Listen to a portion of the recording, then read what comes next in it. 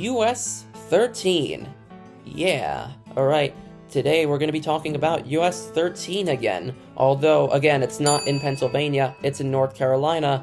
And again, the section in North Carolina is a whole lot longer than the one in Pennsylvania. And I should also note that while we covered PA's section of US-13, which is actually its northernmost state, we're now covering North Carolina, which is its southernmost state. Let's have a look at the map. As we can see, US-13 in North Carolina starts at I-95 and I-295 near Fayetteville, and it goes up through Goldsboro, Greenville, and Williamston, heading up to the Virginia-North Carolina border to continue its journey up the East Coast. You're watching the Xavier 456. I post new highway content every week, and you are watching NCDOT Provincial Lovin. If you like this kind of content, then go ahead and hit the like button. And if you really like it, go ahead and smash the subscribe button, and turn on those notifications. Alright, I must remind you that you can request your exit or intersection down in the comments below. Next week, we're going to be covering US-17, and then next we're going to be covering US-25, and then US-29. Alright, let's first start by talking about northbound US-13 in North Carolina. So here's where we're starting at the I-95 interchange. This is basically where we left off on the I-295 video at the end of the northbound section of it. And we can see 95 is, of course, getting signed for Benson and Lumberton because, you know, it's not like Raleigh exists, and it's not like, you know, South Carolina exists too. And we are signed US-13 North for Newton Grove and Goldsboro, which are good choices. And we can also see that the freeway is ending right ahead. Here we get our first mileage sign right after, and we can see Newton Grove is signed 25 miles away and Goldsboro is 49. Good stuff. Here, basically in the middle of nowhere, we're meeting US 421, and it's getting signed for Dunn and Clinton, which I think are fine choices. In Newton Grove, we are meeting US 701, and it's signed south for Clinton as well, and we're also meeting NC 50 and 55, getting signed east and south respectively for Mount Olive and Fison. I'm not really sure about that. And here's our next mileage sign right after Newton Grove, and we can see Goldsboro is on the top line at 25, and Greenville is on the bottom line at 63. Well done. That is awesome. That's our next major town from here. US-13 now becomes concurrent with US-117, and we can see it's getting signed north for Goldsboro, and 117 south is signed for Mount Olive, which I think that should be Wilmington because that was signed earlier on. When we get into Goldsboro, we meet a ramp to North I-795 and West US-70. We also saw this pretty recently, and it's getting signed for Wilson and Raleigh, as it absolutely should be. And we're seeing North US-13, North US-117, and 2 East US-70 are getting signed for Kinston and Greenville. So Greenville is for us, and Kinston is for US-70. And I'm not sure really if Kinston should be signed, but I'll get to that in a minute. Here's the ramp to West US-70, Business 70, and 2 I-795 for Raleigh. And we can see North 13, East 70, and North 117 get signed for Kinston and Greenville once again. Here is where we split off of US 70, and we can see US 13 is getting signed for Snow Hill and Seymour Johnson Air Force Base. Where did Greenville go? Of course, you're NC dotting again. Snow Hill is very small, and we only meet one US highway there. Sign Greenville. I mean it. And of course, the mileage sign reflects Greenville on the bottom line once again at 38, with Snow Hill on the top line because why would you not want to NC dot, for heaven's sake? Here we are meeting the brand new Interstate 42, and we can see this is actually taken when this was still the US 70 bypass, and it's signed west for Raleigh, as it absolutely should be, but it's signed east for Kinston. At this point for I-42, Kinston doesn't make any sense, despite it having many interchanges. What should be here is Newbern, because it's more famous and bigger. Thank you. Here in Snow Hill, we are meeting NC 58, which is getting signed for Walstenburg, and we are now actually getting Greenville on a direction sign for once.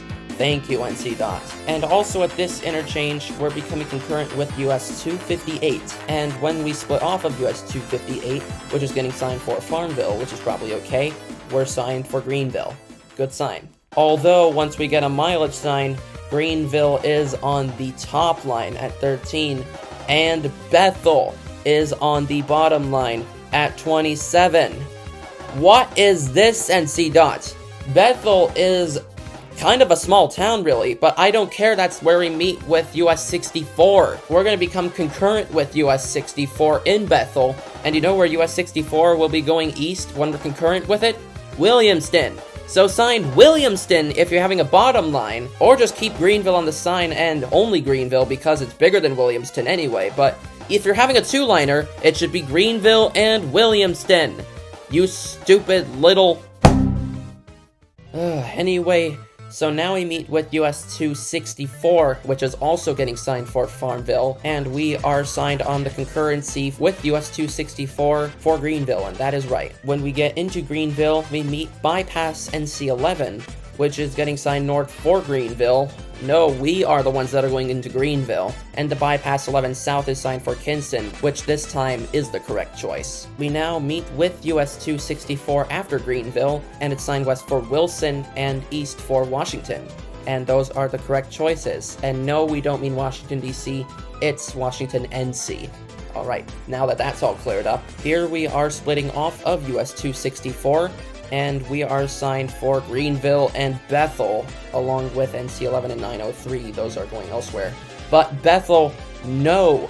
What should be signed here again is Williamston, because that's where we're going with US 64. Although once we get a mileage sign, Bethel is on the top line at 10, of course, and Williamston's on the bottom line at 31. That's exactly what I would have expected from NCDOT, because they should know that 13 and 64 are both going to Williamston. And now we're becoming concurrent with US 64, and we can see it's getting signed west for Tarboro, and I feel like with its proximity, I think this should be Rocky Mount, and east we're signed for Williamston, although there's no mention of US 13 for eastbound. That's absolutely lame. You should tell us that's where 13 is going as well. On our next mileage sign, Robertsonville is on the top line at 7, and Williamston is on the bottom at 19. I think that is agreeable. Here we're meeting Business 17 and South 17, getting signed for Williamston and Washington. And I know Williamston's getting signed for the business route. Washington, I think, could be okay, but if it's signed on a mileage sign, I think it should be New Bern on the bottom line. But we'll get to that in the next video. We can also see a straight up arrow for North US 17, as we are becoming concurrent with US 17 northbound next. Here's where US 64 splits off of us, and it's getting signed east for Plymouth and Manteo, which I guess are the best choices. And North 13 and 17 are getting signed for Williamston and Windsor. So Williamston's fine because we haven't gotten into downtown yet, but Windsor is where we split. So we should have a town for either 17 or 13, probably 17, because we'll get to that later on. But even still, and now we get a 3-liner mileage sign with Windsor on the top line at 13, Ahoskie on the middle line at 36, that's for us, and Chesapeake is on the bottom line at 96. Holy crap! That is a rare NCDOT dub.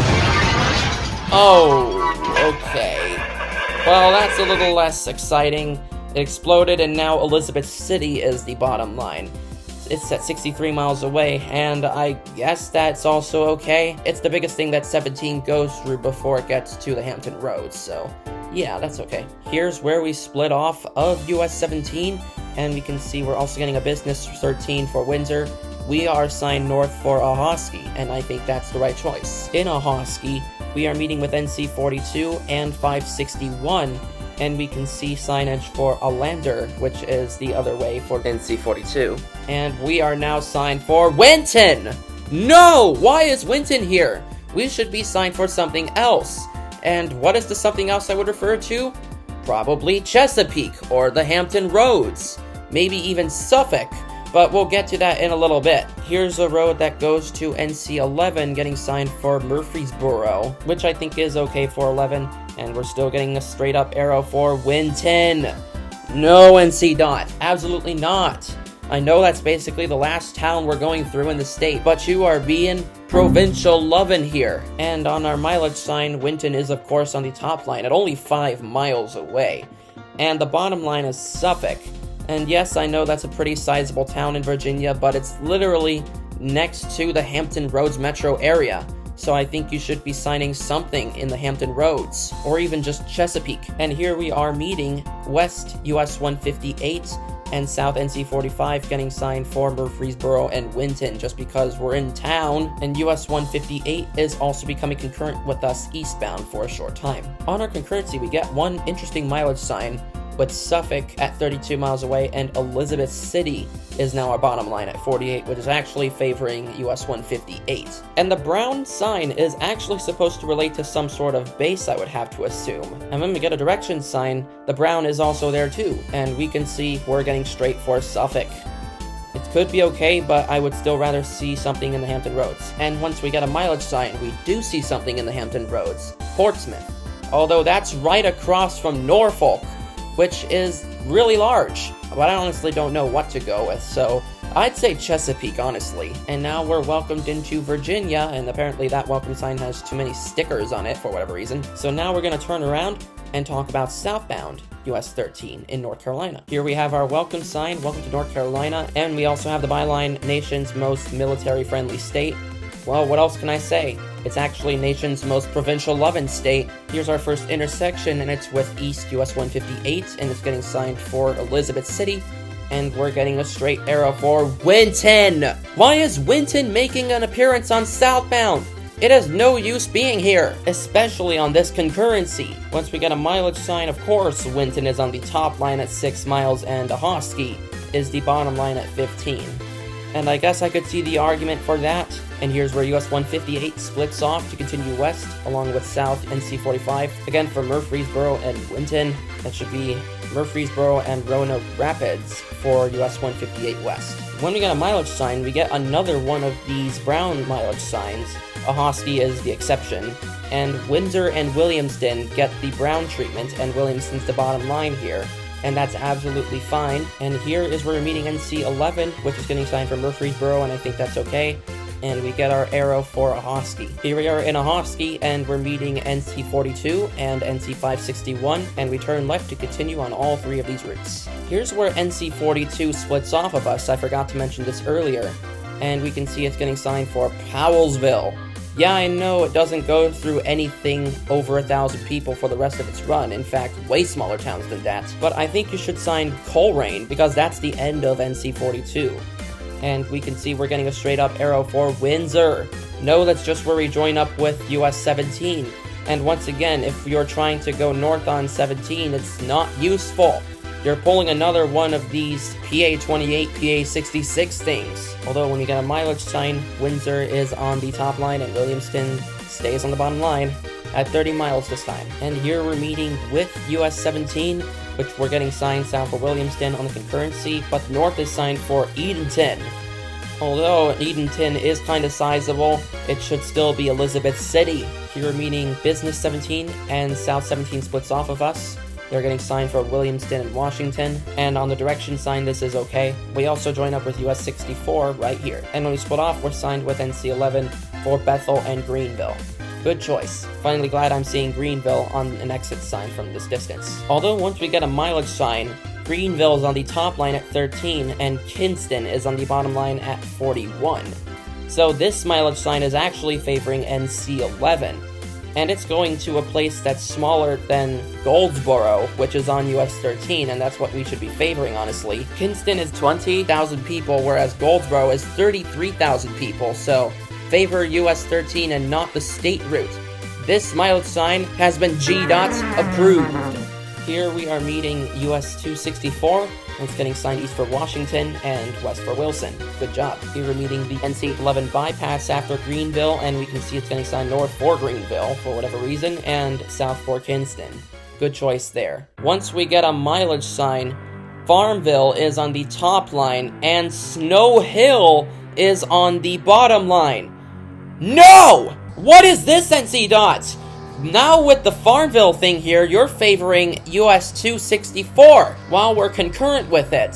Yes, I know you're favoring both routes, but you should not have Snow Hill on the bottom line. When you have Goldsboro right down the road, this is the worst mileage sign I've seen on this road yet, and I will not take any more of it. Here we split off of US 264 getting signed for Farmville, and we're getting turned for Snow Hill.